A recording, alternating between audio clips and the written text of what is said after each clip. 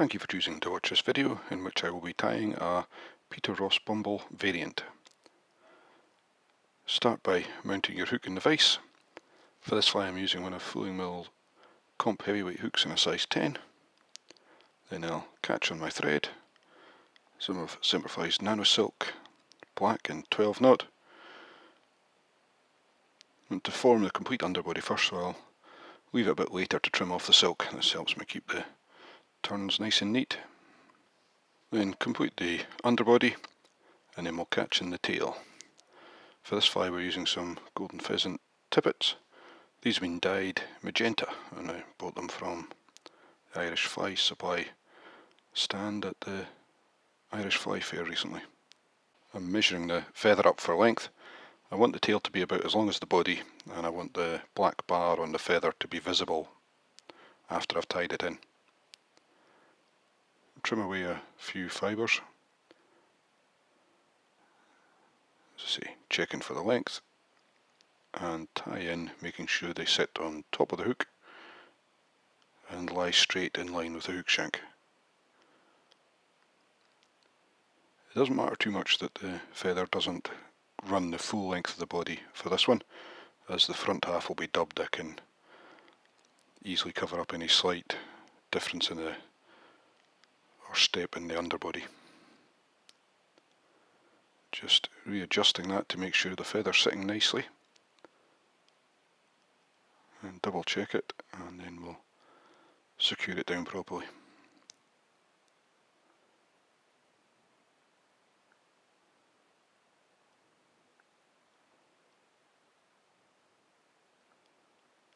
I'll take the thread up towards the end of the body to catch in the wire.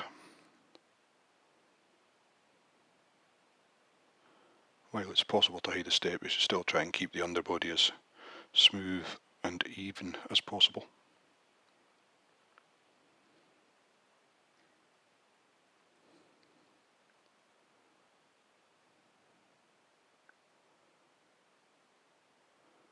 As you're catching a ribbon, you want to make sure you tie it down to the same point as you tied in the tail. That'll just help prevent any thread showing at the rear of the fly. And now we'll catch in the body material. This we're using some of silver gold tinsel tied in so the silver side will show.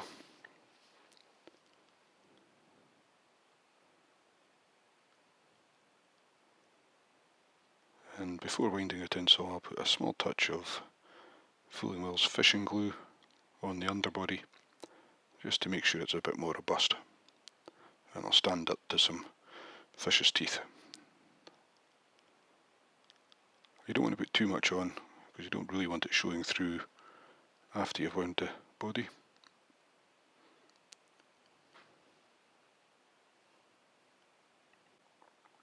So wind the tinsel down in touching or slightly overlapping turns. As we're winding it down, this will spread the glue around the shank as well, making sure we wind the tinsel down to the same point as we've tied the tail and the ribbon, and then we'll wind back up to the tie-in point, making sure we've got nice even turns if we can and there's no gaps showing through. Once we're happy, we'll catch in the tinsel with a few wraps of thread and bind it down up towards the eye of the hook and trim away the waste.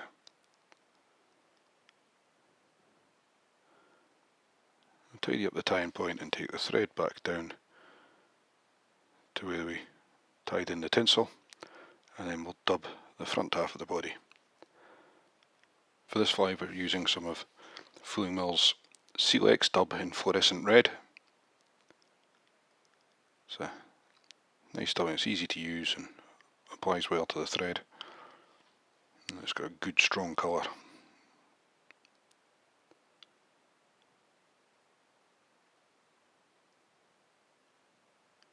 As usual with the dubbing, twist it onto the thread in the same direction without using as much pressure as you can. And tighten up your dubbing rope as you go. make sure you've got a nice even body.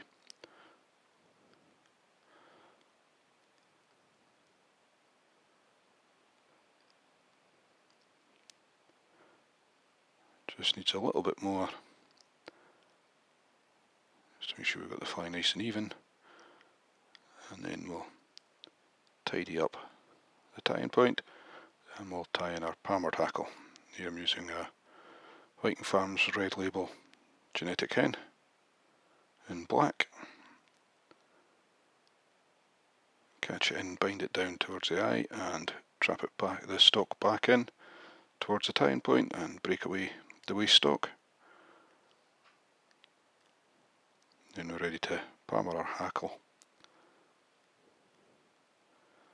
So I will put a couple of turns of hackle at the head of the fly, and then we'll palmer in nice even turns down the body.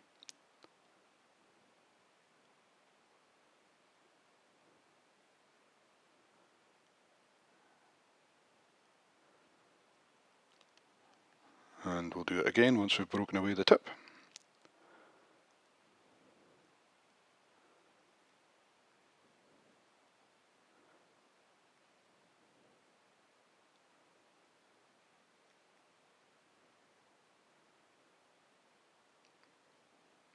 Again, 2 turns at the head of the fly, and palmer down. Just try to be careful for the hook point, you don't want to catch your feather on that.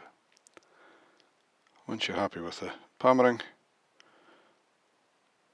catch the hackle in with the rib, and rib back up the fly, also in nice even open turns.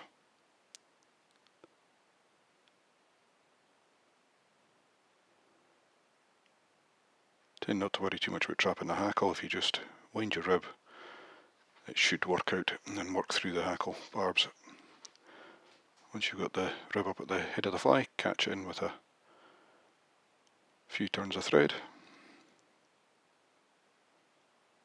and break away the waist hackle tip, and then helicopter off the wire. I'll then tidy up the tying point for the rib and the head of the fly, ready to tie in the head hackle. For this one we're using a rump feather from a Black Francolin skin. This is a skin I came across at the Irish Fly Fair recently, and it was seeing this feather was what made me buy the skin, specifically for tying this pattern. So I catch the feather in by the tip. You notice I've had to go quite far back in the feather to get the barbs of the right length to suit the size of fly. Tie the tip back in, and then break away the waist tip.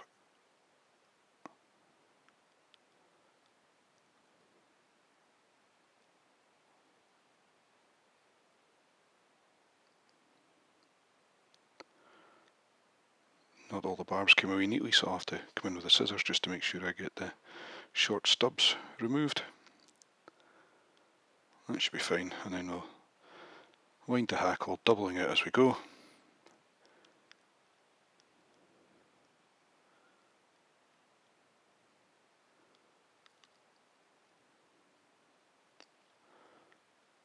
So it's a very teal-like feather with a much stronger marking, which really does suit this fly well.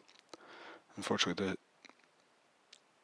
the feather has quite a fragile stalk, so you have to be somewhat careful when winding it.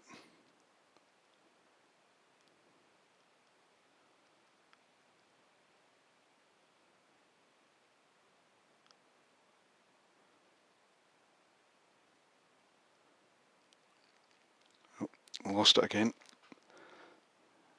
Make sure you're happy with it. And again, it's getting a little frustrating now. Again, just take your time. As long as you don't pull it out, you can always take a step back and go again. So 2 or 3 turns of the feather should be plenty for this fly. Don't want to overdress it too much. Once you're happy with the amount of hackle, catch it in with a couple of turns of thread. Fold back the waist end and tidy up the tying point and the head of the fly, making sure the feather's nice and secure. Once you're happy the feather's securely tied in, we can break away the waist end and whip finish the fly.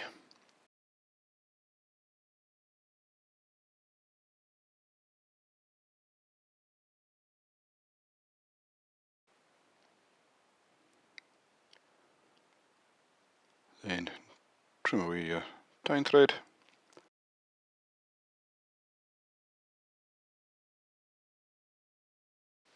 I'll now give the fly a little bit of a brush with some Velcro, just to make sure I'm happy with where everything's sitting and it's all nice and secure.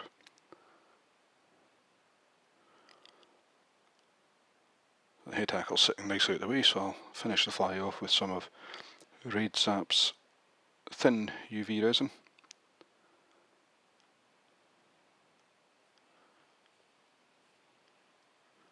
Just a little touch on the head of the fly, being careful not to get any of the resin onto the hackle or clog the eye of the hook.